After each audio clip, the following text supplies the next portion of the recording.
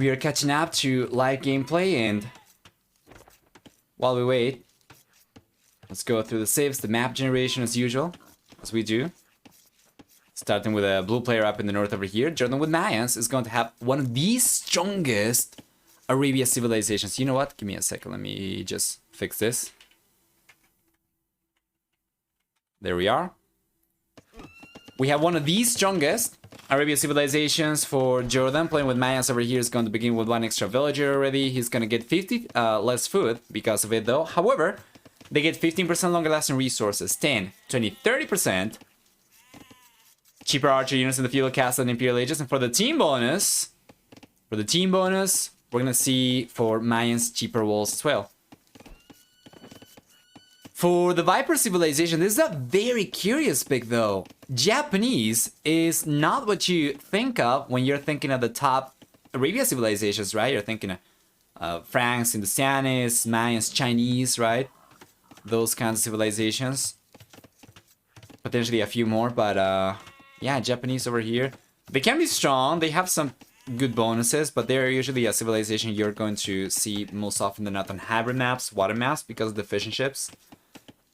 But anyway, Viper save over here for this map, the relevant bonuses will be a 50% discount on drop-off buildings.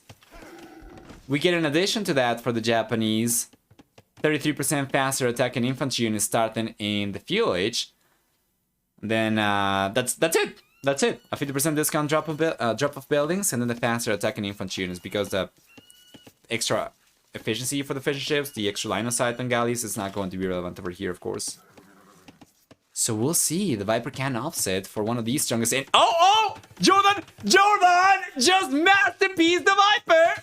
Entrap the scout. Viper smiling over here. What else can you do in this position? Come on, man.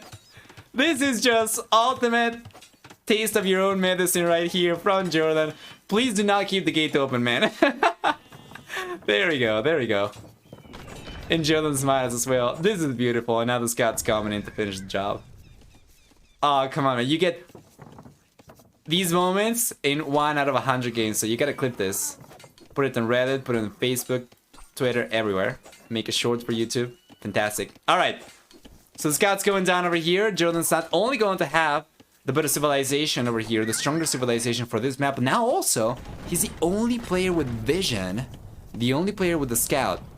The Viper is bringing militias over here. These are only going to get stronger in the field age, so these militias in the field age cannot really do too, in the dark age cannot really do too much. Kind of forces loom from JorDan. He was going for it anyway though. He's going up to the field age already, and he gets pushed away from the berries, kinda, for the time being. If he plays his cards right, he should be able to prevent the militias from doing too much damage over here anymore. He just needs to get some quick walls up so they are not annoying. Potentially probably a house over here or a few palisades so the militias have to go around. But yeah, JorDan's fine. JorDan's fine. The Viper's going up to the fuel age a little bit later with one extra villager. JorDan ended up getting a little bit of idle TC time over here, but that's about it. I lost all my bones like 5 seconds before the last game ended. Yeah, I feel it for you and for anybody who actually betted in the previous one for the loser of that game.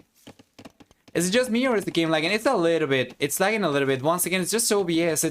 I cannot really do much about this, unfortunately. Sometimes it just freaks out. I guess one thing that I could try to do would be maybe try to switch scenes and then switch back to this one, or maybe that's going to help. But then it's going to help only for one game only. So sorry about that. It's hopefully going to fix itself in a little bit. So yeah, the game is lagging a little bit, but I'm gonna try to fix this for next stream. I think I'm probably going to try using a beta version for OBS 29. Hopefully that fixes it.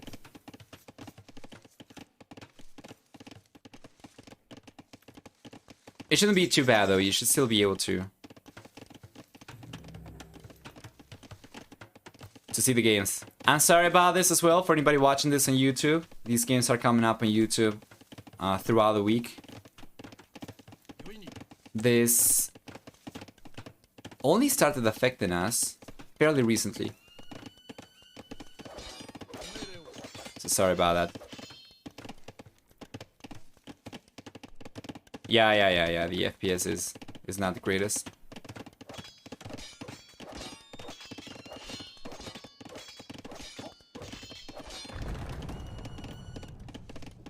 So that's streaming 8 hours. Hats off. It's fine. Are there really people watching these games on YouTube? Never did. I always watch the VOD. Yeah, there are. As a matter of fact, my YouTube channel is actually doing pretty well compared to what it was like before.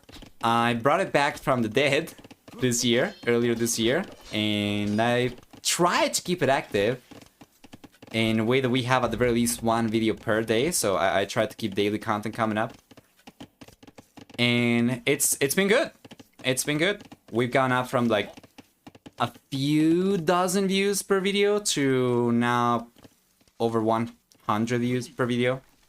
Usually, some videos a couple hundred, so it's great.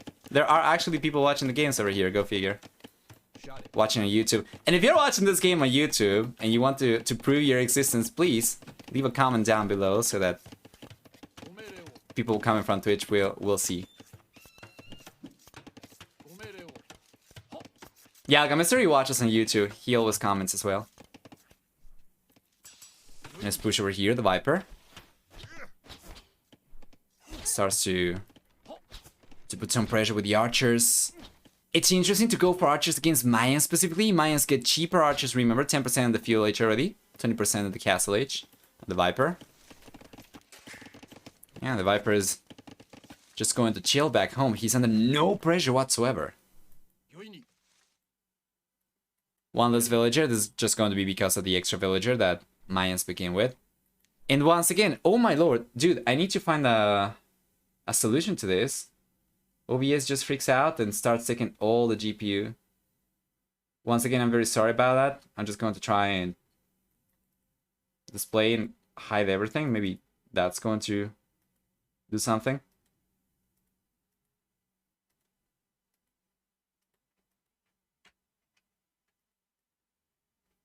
Alright, let's go.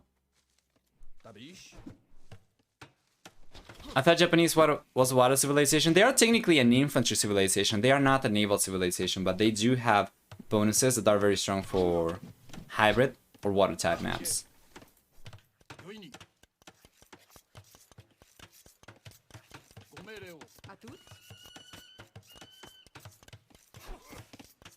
come the archers from the Viper on the right hand side. JorDan. JorDan's got a smaller amount of archers. For the most part, it's been going for skirmishers. So that means that the Viper's got the units to actually do damage with, and that's a villager going down. That's gonna be first blood. With this villager crumbling over here from JorDan, the Viper catches up in worker count. Yeah, and JorDan is looking sharp over here with the quick walls. Not gonna lie, but in the end, doesn't seem like it's going to make too much of a difference. They're just going down now from JorDan, the skirmisher. The Viper's trying to stay too close for the skirmisher to attack, and now we're gonna see the skirmisher going down. Well done. In the end, the Viper gets pushed away anyway, but he's already been able to get some damage done. I've got the feeling that if Viper wins previous tournament, then the next one he does not win, vice versa. Is that so? Well, back in the day, a couple of years ago, in about 2019 to 2018 or so, the Viper was dominating. Like any year before 2019, he was dominating. He was winning like the majority of the tournaments. And then since DE came out, he was not dominating quite as much, especially with Red Bull Waldo. And now it's very hard to tell, right? We only have one tournament, kind of as a precedent. That is very recent, and that'll be Waldo. What am I talking about? Warlord, sorry. So it's hard to really judge what the Viper's looking like right now, but as of this very moment, he is looking very strong though, and JorDan cannot defend against Viper's push over here. Is going to go on and call the GG. And the Viper's done a really good job. Interestingly enough, the KD over here for the Viper was barely higher. 91, which means that for military units, they traded evenly because the extra kill from the Viper was a villager. And that is a villager that JorDan already began with, right? On top of the starting amount of villagers, the normal starting amount of villagers. So the Viper taking this game with Japanese, playing blind, against Mayans and with archers is nothing short of impressive. And the Viper seems to be in a pretty good shape over here. Seems to be in a fantastic spot. Yeah, in the end, 928 KD for the Viper, right? For economy, we have a stronger economy for the Viper, and this is just remarkable. Absolutely fantastic. Let me take a look. Is this about the time that JorDan tried getting the walls up? I think this is about the time that JorDan tried to get the walls up. Notice how much of an impact that had on his economy over here. He was able to recover from that, from that point onwards, but the Viper was able to kind of stay ahead. Yeah, there we go.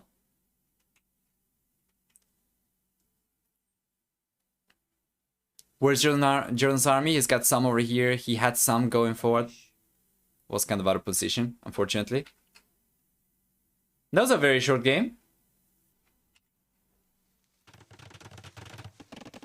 And let's try to catch up over here. The Viper in the red.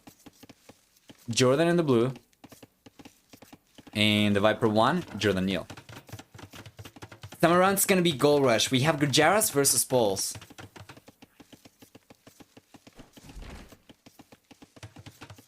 Starting with JorDan Civilization, the Gurjaras will have the ability to garrison hurlables inside mills. They're going to begin with extra berries over here as well. In addition to that, we're going to see for Gurjaras also 40% extra bonus damage from mounted units. So camels are incredibly strong. Besides that, they will also have for the team bonus 25% faster training elephant type units and camel type units. Well, for the Viper, on the other hand, playing with poles over here means that he'll be able to collect gold from stone rather, with 0.5 units of gold being collected per unit of stone that he goes for. As for the rest, poles will also have HP regeneration on villagers, 5, 10, 15, 20 per minute, depending on the age. They get access to full work, and for the team bonus, they're gonna have 1 bonus damage from Scoutland units against archers. That's about it. Civilizations aside, let's go and take a look at the map generation. And we saw Gold Rush already in the previous series, and this can be such an interesting map. This can be absolutely such an interesting map. We'll see what we get over here. But taking a look at the map generation, JorDan's got the main goal up in the north. It seems like he's gonna be able to secure both these goals unless he utilizes the secondary goal on the right-hand side over here as part of the walls. Otherwise, if he just goes around, he should be able to secure that one as well, right? Something like this should be good. The main stone is on the back as well for JorDan. And we have the berries over here on the back for him as well. So it's not bad. It's not bad. He won't really have a wood line that's going to be safe. For that, he would have to go for something like this instead. Right? Connect these wood lines. And then he would have this one safe. But he's already chosen to go for this one. So these will technically be exposed to ranged units. I don't think we're going to see ranged units coming out from poles necessarily. I think probably the Viper's going to try to play over here kind of greedy and go perhaps for extra TCs or try to play for the center control instead. Oh, stream title, my bad. Sorry. Thank you for the heads up. Should be updated now, let me know. But yeah, for the Viper, it's going to have the main goal on the back, so that's beautiful. And the secondary goal for, you probably want to collect from the secondary one and then fall back to the main one if he needs to, right? I'll let it pause. Alright. So the main stone is on the back for the Viper as well, and the secondary stone is on the back. Come on, man! What are these map hacks? The Viper, he's got a back gold. The other gold might not be back, but he's got 2 back stones with poles. That is free gold, man. It's absolutely great. For the Viper, if he gets some walls up from here to here as well, here to here, should be able to defend those stones pretty easily. The wood situation is going to be a little bit rustic though. He's got 1 wood line over there and 1 wood line over here. These are not going to be particularly protected, but that's going to be about it. So I think I'm liking the Viper's map generation mainly because of the stones on the back. The gold's fine, but the stone is absolutely huge. He will collect these anyway. He will want to go for a castle and whatnot. But that's going to give him so much gold.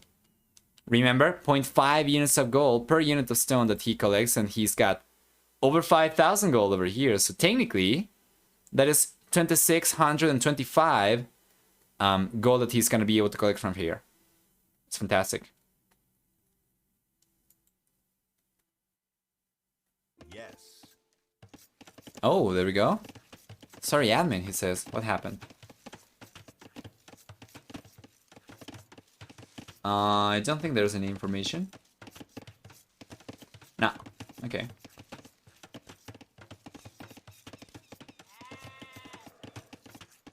He saw my first map hacks? Well, to be fair, JorDan's not really scouted too much. And taking a look at the Viper. Oh, the Viper's getting trapped, actually. Wow. Second time in a row. This is not a trap that's going to allow JorDan to easily take the scout down. And as a matter of fact, the Viper takes a villager down from JorDan.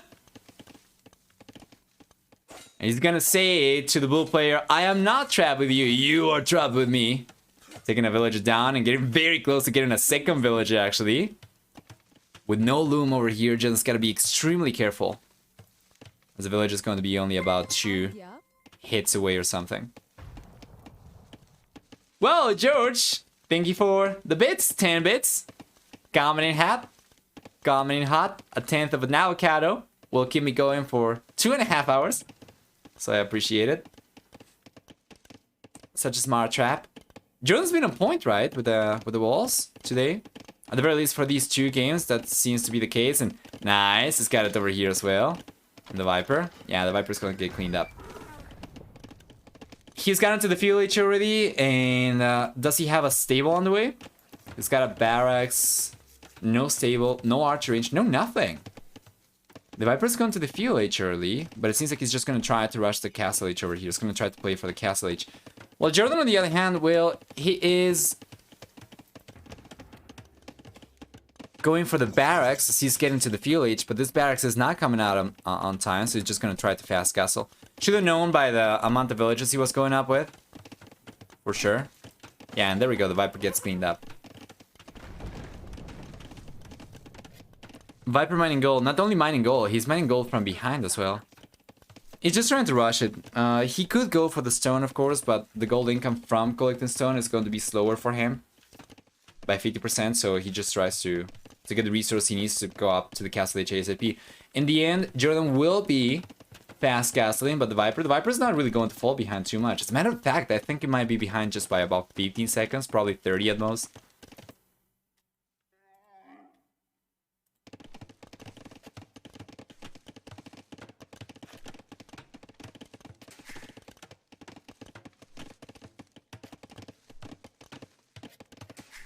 There we go. He's having the gold from the stone for later, knowing he's gonna be greedy and give up the middle. Could very well be the case. And I was thinking about that exactly because that is kind of what we saw in one of the previous years, right? We saw this map before, and one of the players decided to go for full greed, go for extra TCs, just try to put themselves in a better position, and then try to contest the center, and it kind of backfired pretty badly, so I don't know if the Viper's gonna want to do that. JorDan will be the first one to go up to the castle H, though the Viper's missing the buildings, otherwise he probably would have been able to go up a little bit sooner, but in the end it is going to be within the 15 to 30 second window that I was talking about. It's going to be exactly 21 seconds later for the Viper that he's going up to the castle H, so a very small amount. Nobody's collecting stone, nobody's going for a castle anytime soon. Instead, we're gonna see the extra TCs come up, and JorDan could potentially go for one of the TCs over here on the back. Yeah, the co-op Chris is going for only now. The Viper went for it a little bit earlier. JorDan can't get away with it because he went to the village with extra villagers compared to the Viper, so he had more villagers working for longer. So he kind of compensates for that, but we could see then for the bull players, something that's very common to see is a TC coming up around one of your resources back home, right? And then he could potentially go for another one over here around the center, right? We take a look at the Viper. Well, the Viper's base over here is a little bit wider, so he could potentially go for the extra TCs over here if he wanted to. Probably one right next to the goal over here in the wood, and then probably another one perhaps around here to protect this. I would probably prefer it over here if he could delete the palisades, because that's a beautiful location for a TC. He's going to be able to secure the wood lines and the stone as well. That is an additional stone that if the Viper can secure, that's going to be extra resources.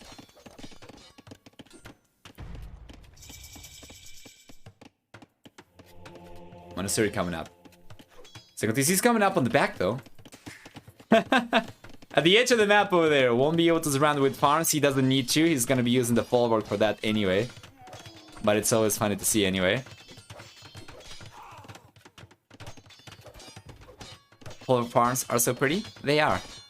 And JorDan's going for both DCs inside his base actually. Despite the fact that he's the only player with military presence outside the map, he's not gonna try to go for the center.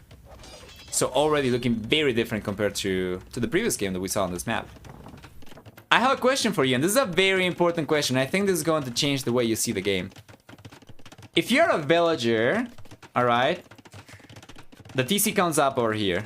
You see that the TC's got windows on the first floor over here, towards the southwest and southeast.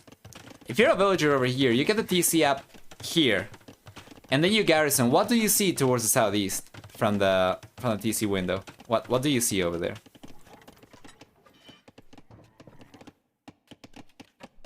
If ancient history is to be believed, you're probably going to find elephants holding the map on top of a turtle. Prove that the earth is flat. The windows are closed. Oh, right. My future. I see death. The north part of the map. You think it's a loop? That'll be interesting. That'll be interesting. Yeah. Edge of earth. Well, the edge is underneath the TC, right? I don't know. The courtyard of the TC. Yeah, probably just some roof tiles. Explosive penguins. Oh boy. Santity's coming out right now for the Viper. He's got only one monastery though. All the borders I could ever want. Yeah, that's the way to go. Good defense for the Viper. Now with the Monk coming out, Sanctity over here should be able to hold on against camels just fine. And see a Monk going down over there to the converted Spearman for JorDan. But overall, it's been a better trade for the Viper. He's gotten a bunch of camels over here, and he's not really taken too many losses. He's only lost one Spearman over there to the conversion, so it's not too bad. The Viper's only going for the 30C right now, so JorDan might be able to start getting ahead in villager count. As a matter of fact, he already has. He's got 2 extra workers compared to the Viper, and yeah, the Viper on the other hand is going to try to catch up, but it's going to be always against the moving target. So long as JorDan is able to keep all 3 TCs working, he should be able to stay ahead in villager count just by a little bit. I don't think it's going to be enough of a villager lead over here for JorDan. 4 extra villagers, 3 extra villagers compared to the Viper to compensate for the follower economy from the polls, though. Is it?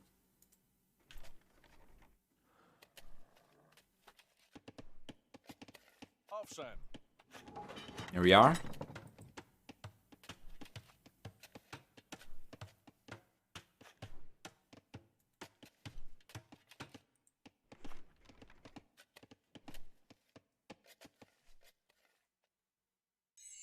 Wheelbarrow's on the way now for JorDan.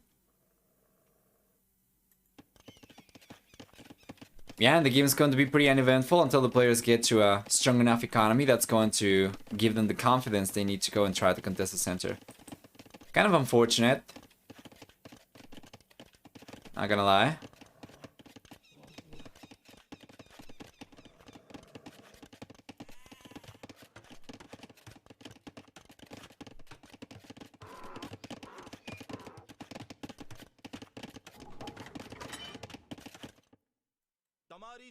In the Settlers game, the map goes in every direction. If you go east, you end up west. If you go north, you end up south. It'll be interesting in AoE.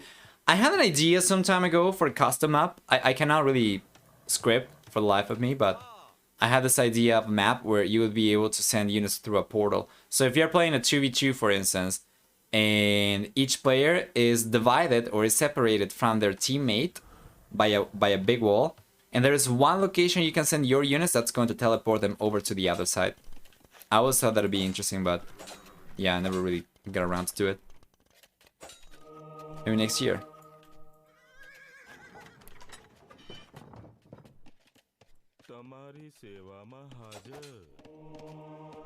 Pretty defensive gameplay for both these players for the most part.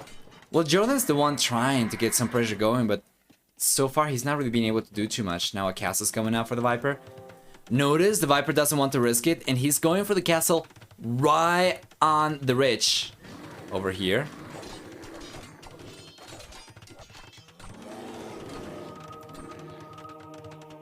Yeah, there we go. Yeah, it's not capture, it's just OBS. It's using way more resources than it should be using. And I'm really sure what it is. I think it might be the Stream FX extension that I use for some of the things on my stream. It doesn't have a stable version for OBS 28, so I think that might be it. There is a beta version, newer than the one that I am using, that came out, but I forgot to update it. I'm gonna try to do it for the next stream, but sorry about it. Can't really do too much about it right now. It should be working somewhat fine now, but sometimes it's going to lag.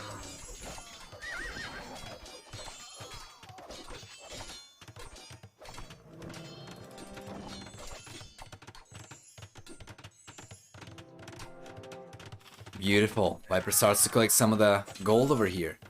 He's got 14 stone miners. He's got enough stone to go for another castle already. Barracks coming out for more pikemen. Meanwhile, Jordan's gearing up to go up to the Imperial Age. He's in the market right now to balance his economy, and he's got almost enough to go up. The Viper, on the other hand, has got a lot of stone. He's got a lot of gold over here, and if he sells a bunch of the stone, he might actually be able to get enough food over here to get himself close to going up to the Imperial Age as well. So both these players are probably going to be going up at about the same time, I think.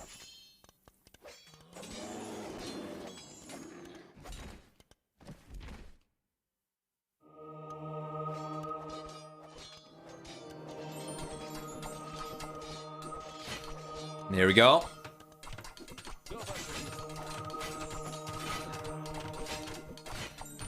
Why didn't JorDan go for the castle in the middle? The same reason the Viper did not go for the castle in the middle right away. Respect and just out of cautiousness. An abundance of cautiousness over here, okay. Well, it usually never hurts.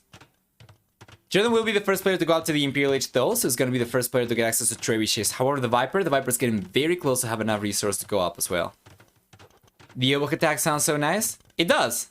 Yeah, it's one of my favorite sounds. That and the Jaguar Warrior. The Jaguar Warrior attack sounds so good. It's so menacing. You see a bunch of Jaguar Warriors attacking a TC and you just feel like, what the hell is going on? Is that an earthquake? You just want to get the hell out of there. JorDan should have probably risked and gone for the castle in the middle. In hindsight, probably.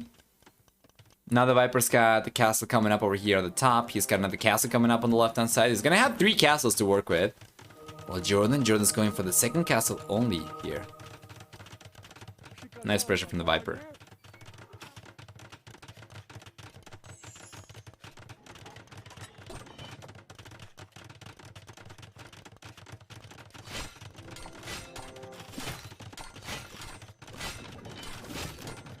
There we go.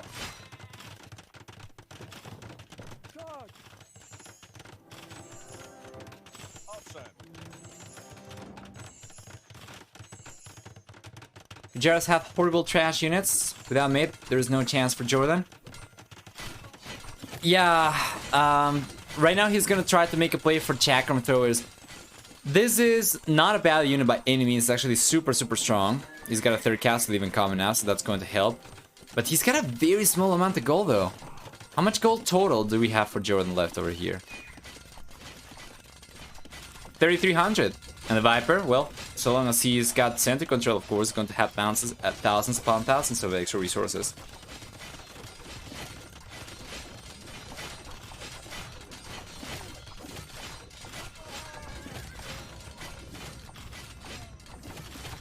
There we go.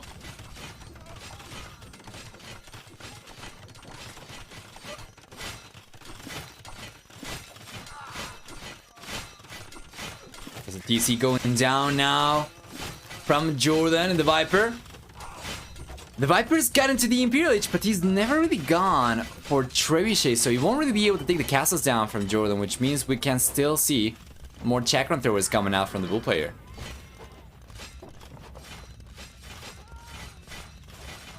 Trebuchet's coming out from JorDan instead. And the Viper, there we go, he's going for the trebuchet. He's got only one on the way though. 3 castles, only one. Trebuchet coming out. There we go. He's got the second. He was kind of struggling for resources. You take a look and he doesn't have enough wood, enough gold to go for it. Now enough gold. Now enough wood, so he could go for the third Trebuchet. Sticking to 2 though for the time being. And Jordan's got just the 1. He doesn't have a second one on the way. With all those hammers, you believe that the TC will be upgraded? Let's see Crosman coming up over here for the Vipers. Got Thumbring coming in. It's going to work pretty well. He already saw the chakram throwers. And Jordan could technically make a play for 3 Launcher Riders over here. He's got only 1 though, so he's not going for it too heavily. Instead, he's going for 2 additional castles. That's going to be the 4th and 5th castles for Jordan. And the Viper... Well, the Viper, he's got trebuchets over here. Targeting the trebuchet from Jordan. He's not going after the castles, which means that Jordan will be able to get a good amount of chakram throwers out. Should be able to anyway. We have Arbalests for the Viper. Now Jordan is going to make a play for Shuransha Riders. He's got the stables, just not going for it. And the Viper's looking good. Red player needs ballistics right now as well. The chakram throwers are quite mobile. For infantry units, that is. But he's trying to focus on the trebuchets over here, just ignoring the chakrams. And the trebuchets are going down. This is giving Jordan plenty of time to potentially get a counter for the archers as well, but he's not going for tree archers at all. Whatsoever, he's just going to continue going for chakram throwers. He's got bloodlines, the scaled rod and armor coming in, balking arrow. And the Viper. Well, the Viper's going to start getting some momentum over here with 3 trebuchets. Should be able to take the castles down pretty quickly. So Jordan is on the clock over here. If he does not react to this, if he does not get a counter unit up, he won't have anything to work with against the Arbalests. The chakram throwers will simply go down. Yeah, that's a fair point as well. If he wanted to go for Shrivansha Riders, he would definitely want to go for Elite. But I think at this point though, he's gotta try even for Standard. It's not the best. But he's gotta try for something. We know that the chakram throwers are not going to work, and Jordan has not gotten access to any of the center golds. Yeah, well, just calls a GG. That was a fairly uneventful game overall. The Viper's game sense came in clutch over here though, and decision making came in clutch as well. Jordan simply could not really go for much of anything. I think he probably was about to, if not had just run out of gold as well. Yeah, take a look at that. There's this one tile with 560 gold, and then this one is not really available anymore because of the Viper's Arbalests over here. So well played, guys. The Viper 2, Jordan nil. This could very well be a clean sweep for the Viper. Let's take a look at the achievements then one more time before hopping out and waiting for what's going to be match point already. Game number 3 in the series. As the Viper's only 1 point away from taking the set. Jordan, the only way back for him into this one is going to be a full reverse sweep.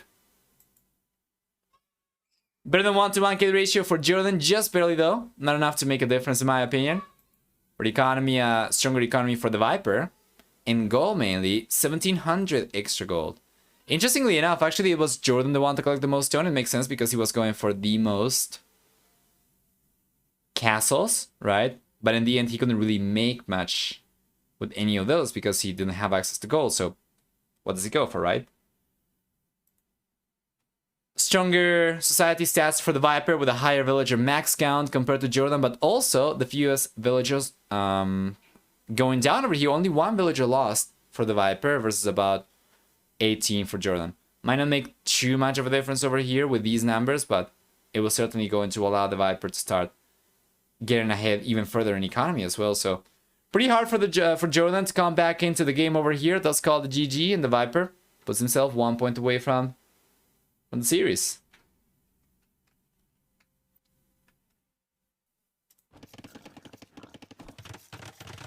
Let's just try to catch up over here as usual. And let me pay the predictions from the previous one and the naval predictions for game number 3. For the next 5 minutes, and once again, you'll be able to use your channel points to predict who you think is going to win game number 3.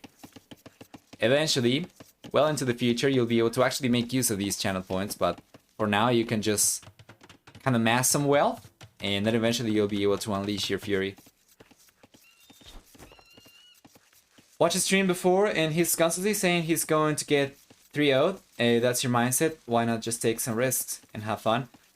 Yeah, probably. I agree with that as well. If you're expecting to lose the series, you probably want to try to go for something a little bit crazier, a little bit wilder. For the civilizations for game number 3 then, what could very well be the last game of the series.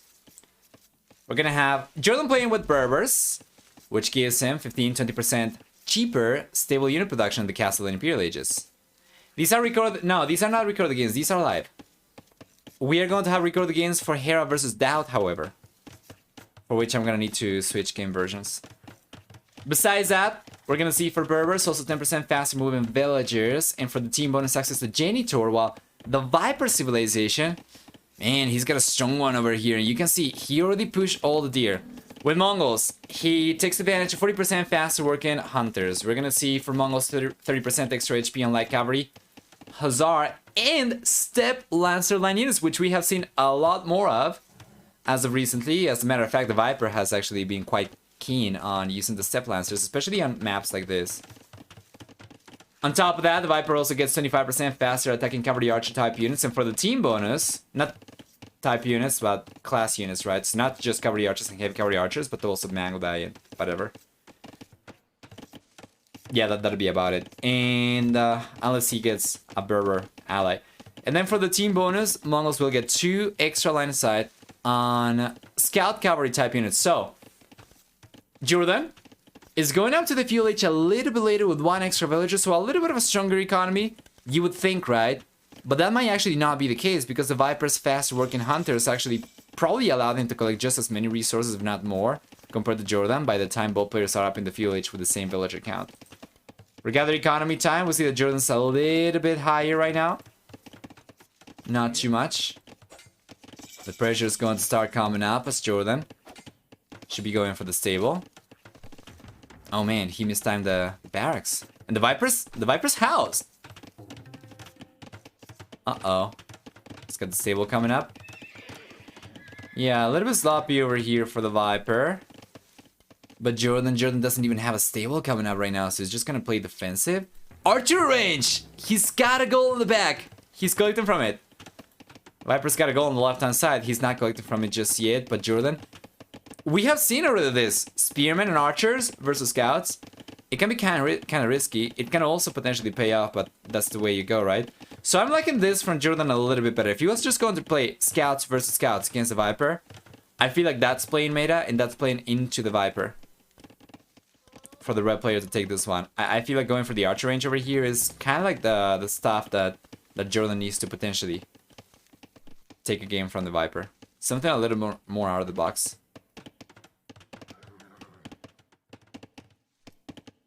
Beware of spoilers when taking a look at the qualifier brackets, of course. We already cast 4 series before this one. And if you'd like to watch any of those, well, you might not want to get spoiled. Especially because many of those sets were actually really darn good. The first series was so good, actually. I would highly recommend anybody who has not watched the first series of the day to go back and take a look at the VOD. I'll potentially take a look tomorrow, potentially. When I have the VOD for the individual series, if you would like to see it that way instead. If you subscribe to YouTube as well, you're going to see these games go out throughout the week. Tomorrow, we are going to have the first video coming up from yesterday's stage of the qualifiers. It is stated that for recorded content, you cannot publish videos about the qualifiers or the tournament, right? Before 48 hours from the time that the games were streamed the main channel, so we need to wait one more day. Nice kill. There we go. JorDan gets a village down over here. The Viper tried to wall himself in. Wouldn't have been able to do anything because of the archer over here anyway. But here come the villagers trying to take the archer down. And the scout from the Viper, they're going right against the spearman. He will end up taking the spearman down for sure. He ended up losing 2 scouts over here. But he frees himself from the pressure from JorDan. That is a lot of idle TC time for the Viper, though. He's fallen behind by quite a bit. JorDan has already managed to find himself 5 workers ahead. and has managed to hold on to his lead over here against the Viper in a way that's going to make it very difficult for the red player to come back into this game. Usually you don't return from a 5-villager deficit 11 minutes into the game that easily. Only one villager went down for the Viper, yes. But he idles so much. He idled a TC.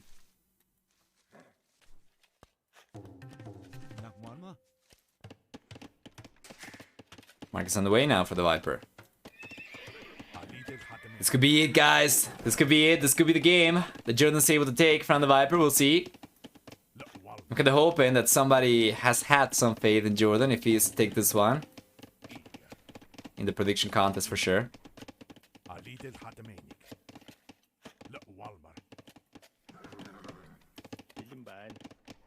Fletching's coming in now for the Viper as well. Fletching! Let's get skirmishers. Okay. For defenses. Did he spot already the archers?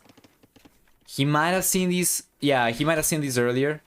Now he's going to unleash the skirmishers. It's fine. Skirmishers should be able to take care of both spearmen and archers.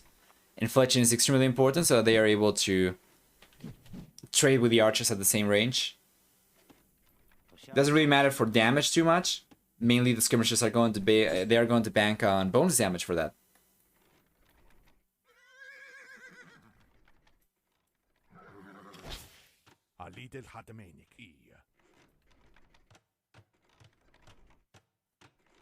There we go.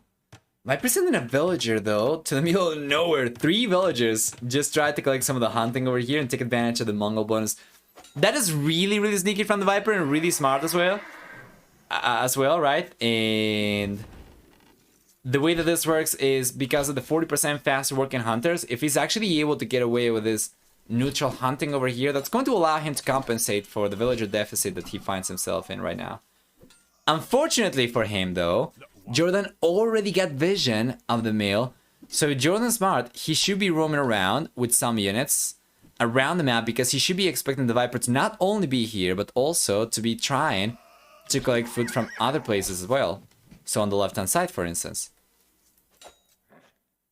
JorDan's going for scouts, so we could see him try to go forward.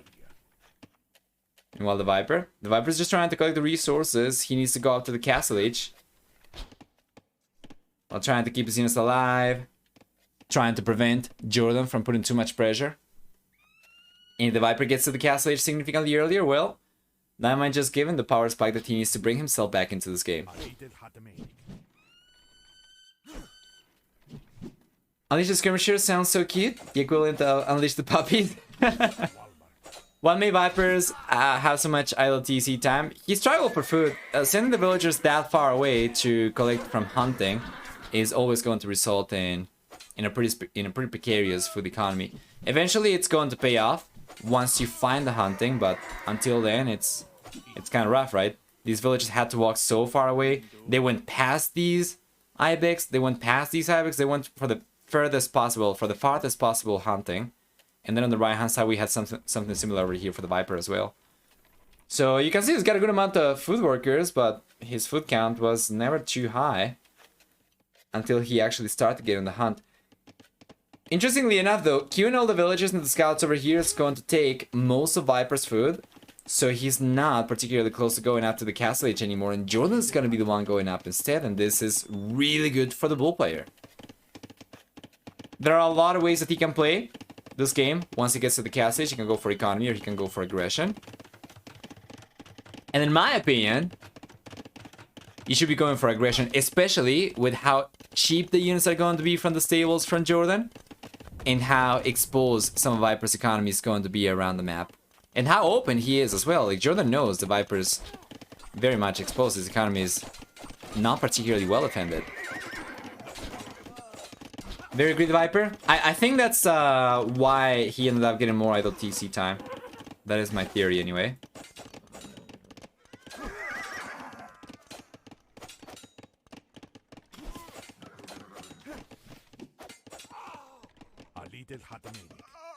And JorDan's getting pushed away from here. Viper should be on his way to the castle age very soon. JorDan's gonna be there in about 40 seconds. The Viper is still a few seconds away from clicking up.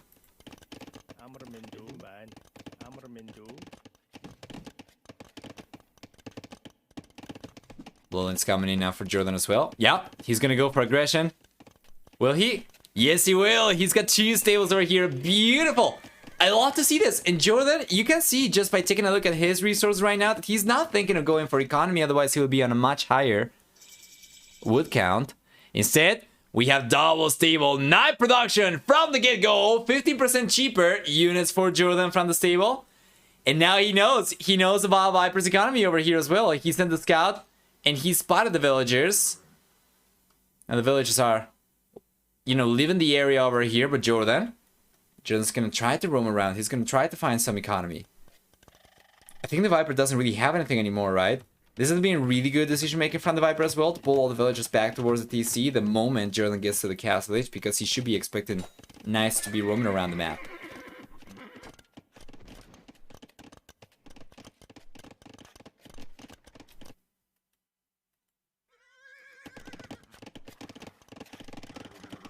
And the Viper, he finds an opening over here. It might be a ruse though. You might not want to come in over there. Might be a trap. Yeah, with the spearman over there, it was going to be rough. Now JorDan's coming in. The Viper, forcing to get in the quick walls up. He's going to end up losing a villager over here. JorDan does pay attention, so that's going to be a villager going down. 2 more hits. And there we go. Doink.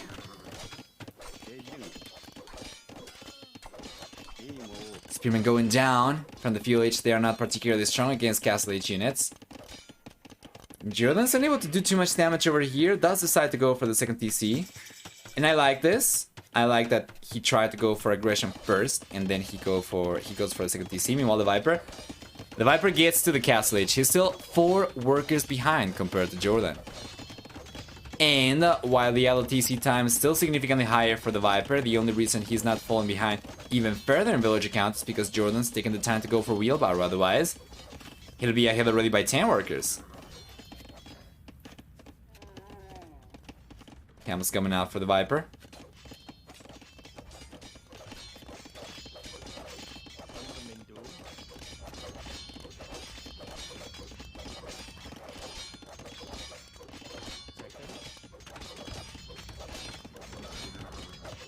Here we go.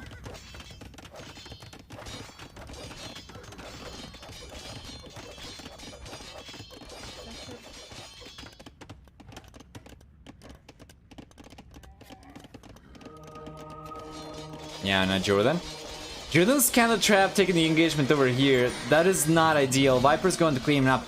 That is not good, JorDan. Why would he take the engagement over there? He's not really even ahead in upgrades. He doesn't have scale bar than armor. The Viper's got scale bar than armor. The Viper had the monk. He had the defender's advantage. He had camels over there. That is not an engagement JorDan wants to take. And this is the kind of stuff that will allow the Viper to come back.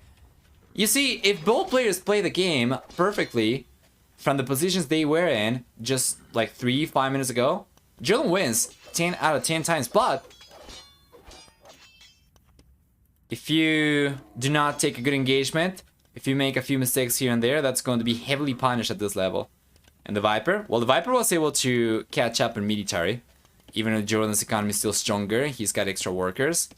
JorDan needs to take a few extra unfavorable engagements over there. Then the Viper could use the surviving units he's got to go for, try to raid. And JorDan could very well end up losing the villager lead. So everything snowballs over here, and he's got to be extremely cautious. That is not to say that he's got to be passive. He needs to assess the situation better, right? So before, I like that he was going forward and he was being aggressive. But then on his way back home, he didn't need to fight over there. Still definitely on the lead though. The Viper is struggling against JorDan for both workers and military.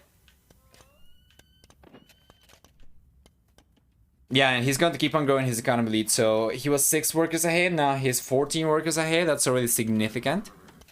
And we have the 3rd and 4th stables coming out for JorDan over here. So might be thinking of going for full push over here with a stronger economy, perhaps. The Viper is going for a TC in the middle of nowhere on the left-hand side.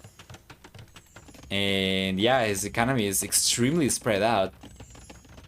This is good for redundancy in the sense that if you get pushed away from one side, you'll still have somewhere else to fall back to, but it's pretty bad for protection because Like if JorDan shows up over here with 20 knights, he takes the TC down and takes the village down, and the Viper cannot really do anything with the rest of his economy, right? And if he loses the TC, the villages are too far away from the rest of his base.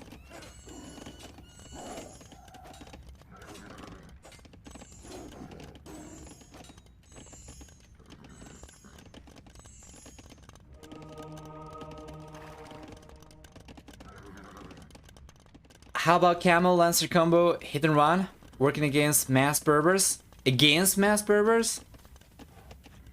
I don't think that'd be good. I think the Berbers would probably come out on top if they just went for full camels against that composition.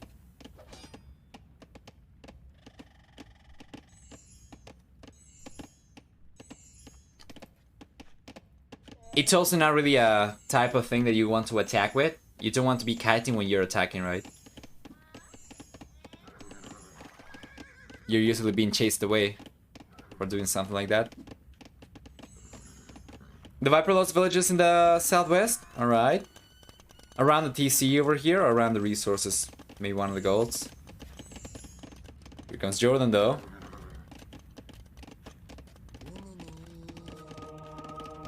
There we go.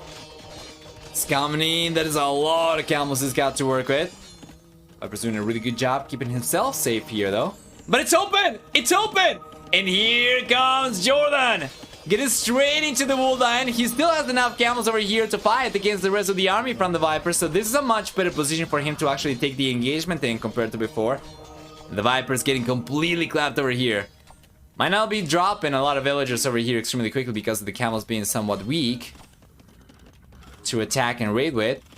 But he does end up disrupting Viper's economy quite a lot, and he's got enough camels over here and some knights mixed into the army that he might actually be able to even take the TC down, given the amount of units he's got.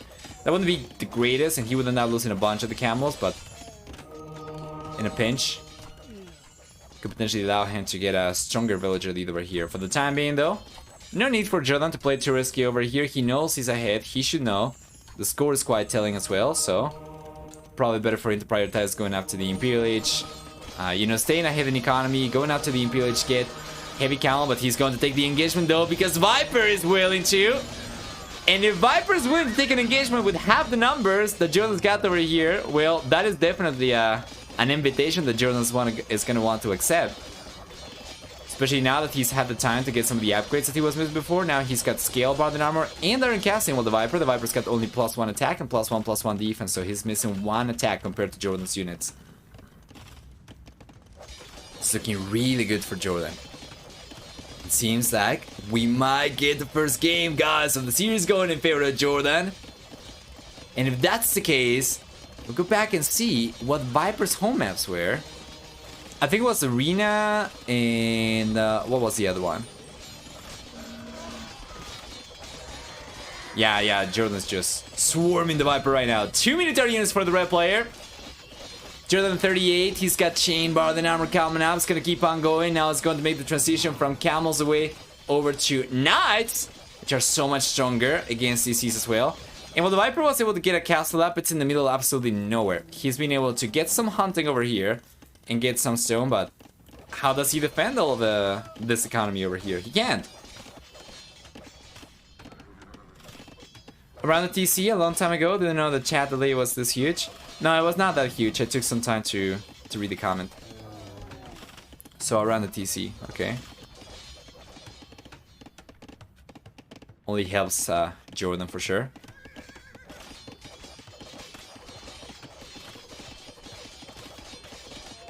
Please, I went all in on you. I will certainly be grabbing my hair right now as well because I just don't see how the Viper comes back from here. Not only is JorDan still ahead in military count, but he's actually... Yeah, there we go. The Viper calls a GG. JorDan was getting a stronger lead as well. He was getting ahead even further in military count. He was going to be on his way to the Imperial Age despite his production as well. And this just goes to show the Berber strength over here with the cheaper units. With a stronger economy over here, JorDan was just in a whole another game. Let's go through the achievements then. And we'll see a better KD for JorDan approaching 4-3. Not quite there. A little bit higher than 5-4, however. And for economy, we have a stronger economy for JorDan as well, collecting about 8,000 extra resources. Higher villager max count. Didn't lose a single villager in the game. JorDan, how does he do it? Well, that's a secret. Let's go back.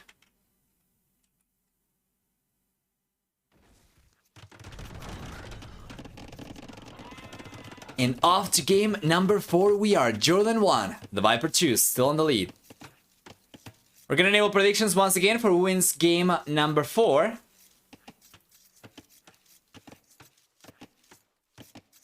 Same options. JorDan option 1, TheViper option 2. Play the prediction contest. You have 5 minutes to go for it. Let's go through the civilizations, the map generation as well, and taking a look at JorDan. What do we get? With the blue player with Britons, we get a 50% wood discount on TC starting in the Castle Age. 1 and 2 extra range on foot archer units in the Castle and Imperial Ages. On top of that, we have for Britons 25% faster working shepherds. And then for the team bonus, Britons get 20% faster working archer ranges. Down the south, the Viper playing with Burgundians will get access to eco upgrades 1 each earlier for a 40% foot discount, as well as a 50% discount on stable upgrades. In addition to that, we see for Burgundians access to the Cavalier upgrade in the Castle Age and 25% higher attack on gunpowder units, while for the team bonus, Burgundians will get from relics not only gold but also food. This is one of the strongest civilizations for Arena, for sure, and Britons are no slouch. So I don't think we are going to see necessarily in this matchup a one-sided game over here because of the civilizations. If it's going to be a one-sided game over here, it's going to be because of the players, so we'll see what we get. While we wait for the Castle Age and whatnot, let's take a look at JorDan's map generation first, and we'll see that the blue player has got the main stone in the back, and this is actually a very good location for the resources. Maybe the secondary goal not too much, the main goal is fantastic, the secondary goal not too much, and we're going to talk about why in a moment. The main stone is 4, which is not great either. And then the rest of the resources, the secondary goal is going to be outside, the secondary stone is going to be outside. It's just the way that the arena generates, and it's pretty standard. The berries are outside, which is beautiful. And what is that I do not like about this gold and about this stone? Once the Viper gets to the Castle Age, if he's got the scout still, and he goes around the walls, kind of like this, right? So kind of scouting, touching the walls. He will have enough vision with the scout to spot the stone over there, to spot the gold over here. And this could influence where the Viper would want to go for a castle if he was to go for a castle drop. So if we see the blue player, or the red player rather, go for a castle forward, because of the vision that he would get over this gold and over this stone, he could potentially go for a castle over here that would allow him to deny 2 resources from the blue player, or potentially a castle over here on the left hand side that would allow him to also deny the stone, the gold, right? Stone, the gold. So that will leave JorDan with only the back gold over here somewhat safe, unless he managed to, up until that point, get some map presence around as well. If we take a look at the Viper's map generation instead, we'll see that the red player, he's got the main stone in the back, which is good. He's got the secondary goal on the right hand side. The main goal is 4, but it's not close enough to the walls over here that it's going to be spottable by JorDan Scout. It's too far away. Even in the Castle Age, JorDan is not going to have enough vision, so that's a little bit better. For stone and for golds over here, it's a little bit better for the Viper. The secondary ones are going to be outside as usual. And thank you for the follows, guys. Welcome. I hope you're enjoying so far. And that'll be about it, right? Yeah, I think that's about it for map generation. Viper's got some exposed berries over here, but it's quote-unquote exposed. Obviously, it's not really exposed behind the walls, just a little bit forward, and that's about it. Finally, for the relic distribution, we'll see 2 relics over here favoring the blue player, this one. And this one. Then for red, we are going to have this one favoring him, favoring him closer to his base, this one. And then this one is going to be kind of contested, right? It's going to be a neutral one. So we're just going to use gray for it.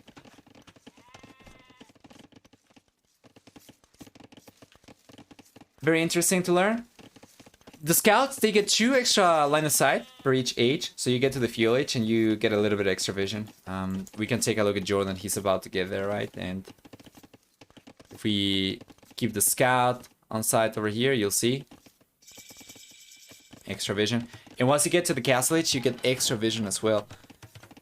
In the end, I believe that the way Arena generates is any resource. You can use this as a rule of thumb. I don't think this is necessarily 100% the times the case, but I believe if your resources generate inside the brown terrain over here, the leafy terrain, I think it's too far for the scout to see it from the other side. At the very least, from the arena versions that I have seen in the past few tournaments I've been casting, that's usually been the case. I don't know if it's 100% the case, but you might just... a heuristic, you know? Why so large trees? Oh, these are not so large trees at all. These are medium trees. And it's been selected on purpose for a couple of reasons. If you take a look at this and take a look at this, alright? If I disable mods, they grow. These are large trees. The ones that I use are medium trees. The difference between this and small trees is that the small trees are 50% the size of the full-size tree, so about 25% of the surface area. Meanwhile, this is 75% the size.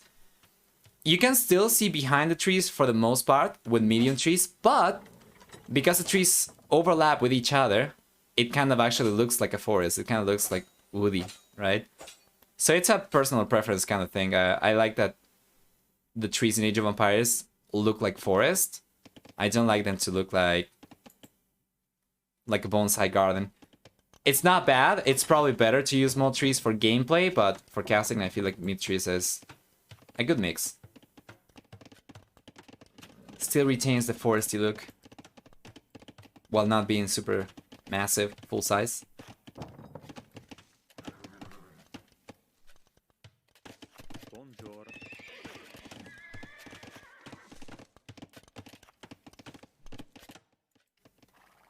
There we go. Castle is going to be here for both these players. At about the same time, Viper ended up getting a little bit of extra LTC time, and that's going to be about it.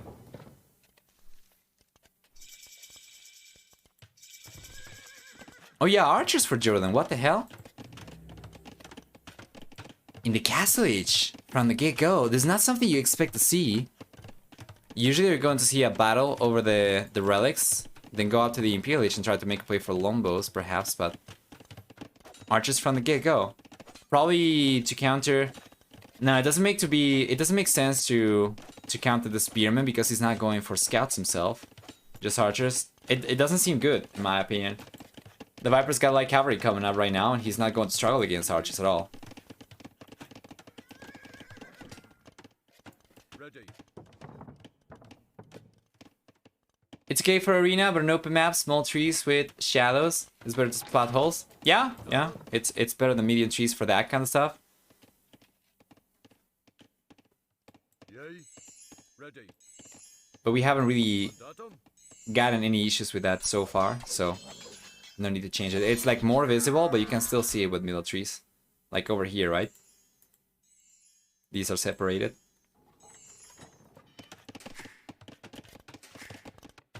Second TC on the way for the Viper. No third TC just yet. It's got the stone, doesn't have the wood. And he's just trying to keep the light cavalry up. So now JorDan's got crossbows. He's going after the relics. Once again, there are 2 relics that favor each player. Up in the north, JorDan's collecting the closest one. Usually, arena players would prefer to leave the very safe relics to the very end and just try to go for one of the riskier ones. So probably one of the contested ones, right? And here comes the Viper. He's going to spot the Monk, but too late. Now the Monk's inside. JorDan. Well, won't be able to collect this one, though. Meanwhile, taking a look at the center over here. The Viper! The Viper let the gate open over here and the Monk went down. He is collecting the one on the right-hand side, though, so it's going to be 1 for 1. Yay. And then the rest will still be up, you know, for grabs. They are still going to be contested on the left-hand side. And the Viper's doing a really good job, though. He might not have gotten a Monk down so far, but he's taking a an archer down over here. He's gotta be careful. He's got some extra light cavalry over here.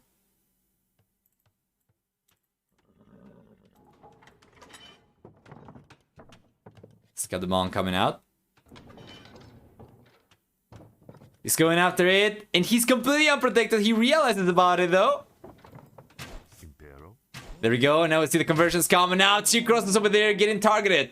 If he gets the crossbows and is able to deal some damage to the spearman, that could be really good. And he gets 1 crossbowman and 2 crossbowmen over there. The Viper loses a monk in the process, but he's going to try and go after the spearman over here. And after taking the spearman down, the archers are not going to be an issue for the light cavalry. So well played.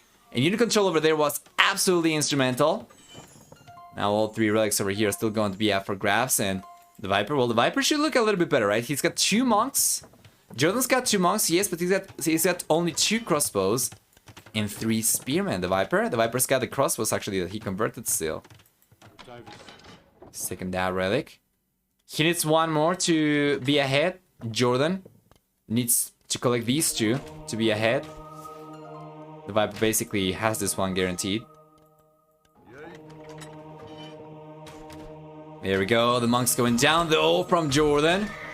Another monk goes down, and now the Viper's bringing the Scorpion into the mix. Doing a really good job. And the Viper's gotta be careful over here. Many of the units are very low HP.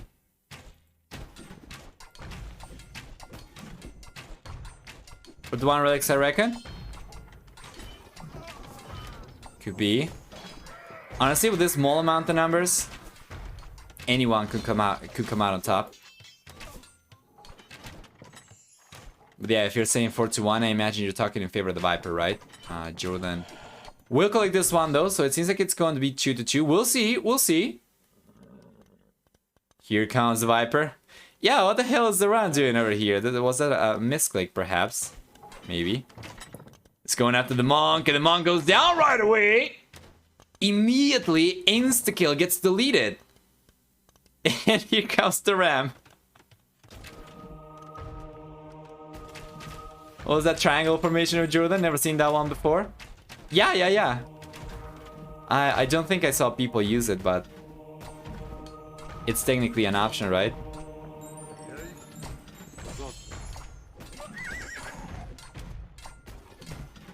Yeah, still the 2 remaining relics are up for grabs.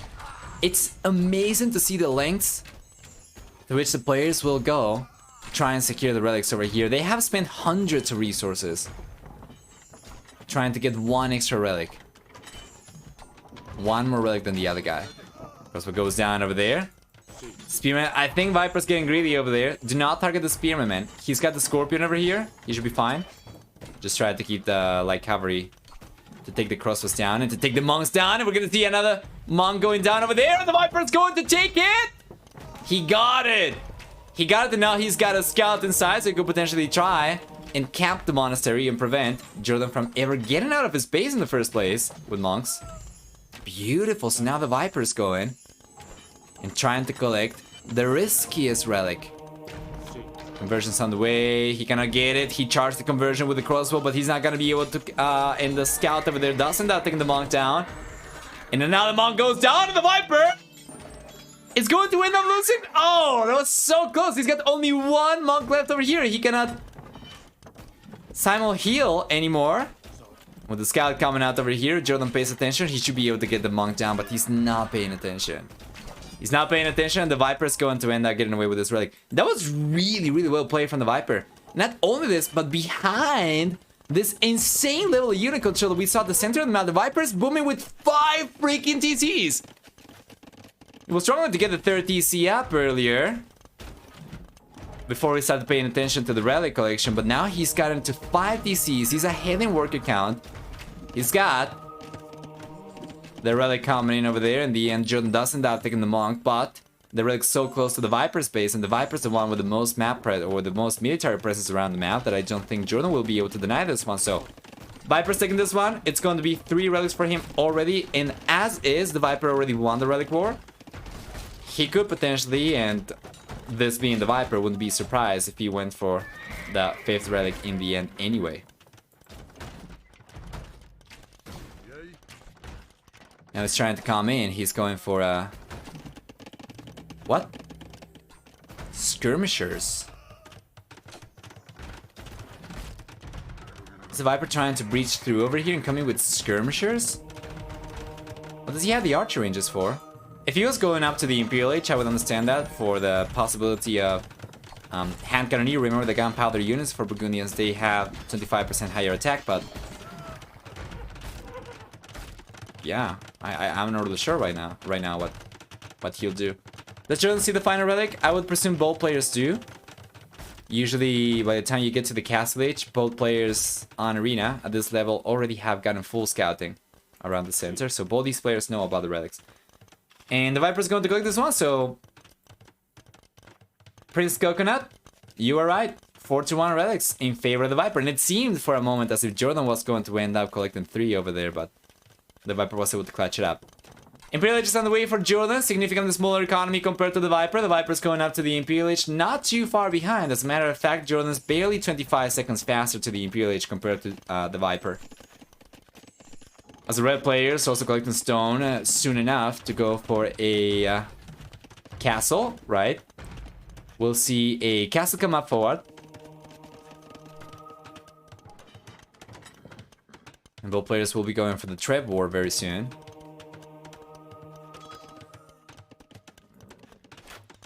There we go. How did it take so many hits for the Knight to kill the Monk? Because of Sanctity. And we don't have Forging, we don't have Iron Casting, so it was a fairly puny Knight, so to say, versus a pretty buff Monk over here. That guy right here is jacked. Sanctity over here. Yeah, Sanctity, sure.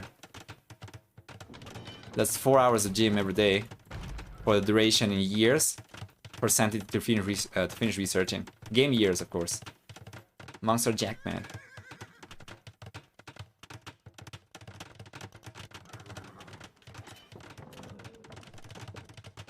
Yeah, the KD is not pretty if you're rooting for JorDan over here. Let me take a look at the predictions. Wow, 92% the predictions for the Viper, 8% for JorDan. You might be onto something here for sure. Game number 4 is certainly favoring the red player by quite a bit.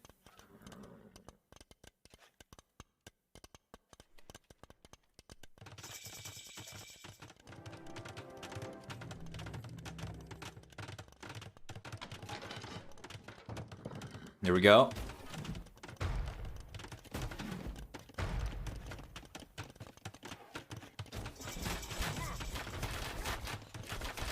Fantastic Imperial Age is here for both these guys. The Viper's just finished researching Burgundy and vineyards. That's going to allow his farms to generate gold, as if they were relics as well. So he's got 3 relics right now. I'm not really sure he's not... Where's the 5th relic?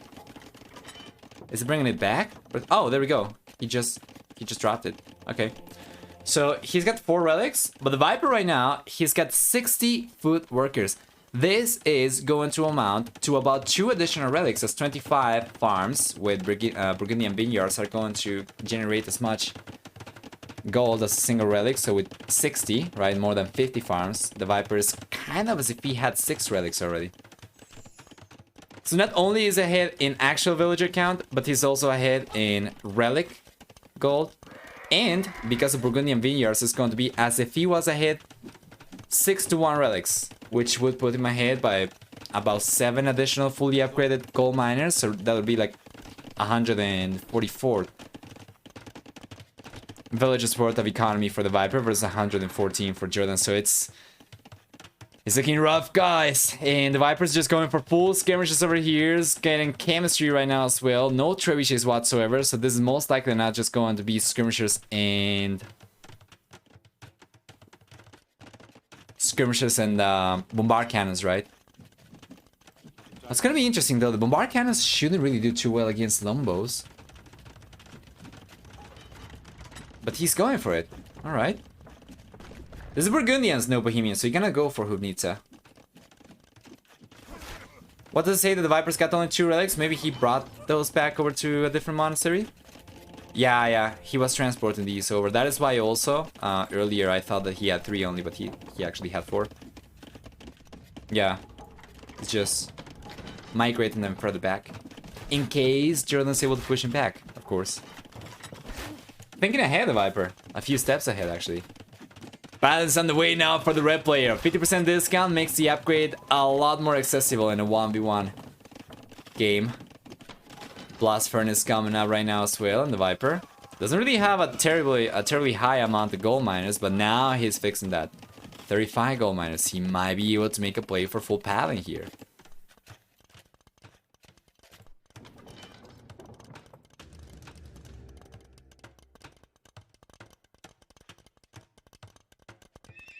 Still's coming out for the Viper. He's gonna have it, guys. He's going for Cavalier. He's gonna have the Paladin upgrade in just one moment.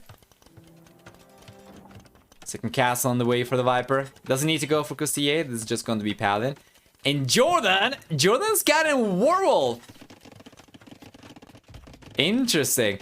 Werewolf makes the trebuchets kind of like longer range bombard cannons because the blast radius from Werewolf make these trebuchets so much deadlier. Usually, a trebuchet is only going to take a single unit down from one shot, but with Werewolf, it's actually so much more than that. So the Viper is being careful over here. Is actually with the scattered formation for a moment. Now he's going back to packed formation. This feels like the Viper has played exactly this game already 1,000 times, and he's just doing his program like he knows exactly what steps are the right ones. That is often going to be the case with a lot of arena matchups as well, especially for players who enjoy playing arena quite a lot, or as you would refer to many of them as clowns, right? They will already know exactly what to go for so many of the matchups over here. It kind of feels like that for the Viper. It feels like he never was really on the back foot, right? And he was always ahead, just extended his lead. He's able to get a castle down on the left-hand side. We have 5 bombard cannons from the Viper, and the Lombos over there are not doing anything. These guys are not elite, so they are not as long range as they could be. And we don't even have Yeoman right now, so it's only 10 range. Meanwhile, these guys, of course, 12 range, and the Viper does end up taking a second castle down. There's only 2 castles left for JorDan. And you gotta feel it for the man. JorDan's gonna keep on trying, of course, because this is the last chance, right? If he calls a GG over here, it's over. He could technically try and play the replacement qualifier, but this is the last chance for him to get a direct invite, or a direct qualification rather, to the main event. So he's gonna try a little bit longer. His population is not abysmal, but we know, the Viper knows, and JorDan feels it in his bones that the game was going to be over sooner rather than later. And the Viper, guys, with a final score, and check this out, a 3-1 moves on to the Grand Melee's main event, while JorDan gets knocked out of the qualifiers. He's gonna have an opportunity to potentially replace somebody else depending on his performance during the replacement qualifier, but yeah, this is the end of the road for him in the main one. The Viper ends up getting a better KD, approaching 6-5, very close to it, which is very good. And it's kind of necessary as well. The kind of units that he was going for, especially towards the end with Paladin and Bombard Cannons, he kind of needed to have a better KD.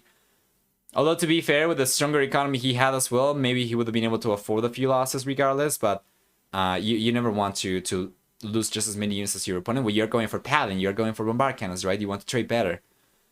Stronger economy for the Viper still might have allowed him to kind of cushion that anyway if he hadn't gotten quite as good a KD. He ended up collecting about 15,000 extra resources, and for Society, we see better stats for the Viper, losing 5 villagers throughout the game, while JorDan ended up losing 22. This is almost too smooth.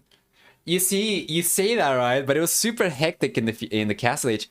What really surprises me is the Viper's ability to keep the game going on the back as well, while he was just...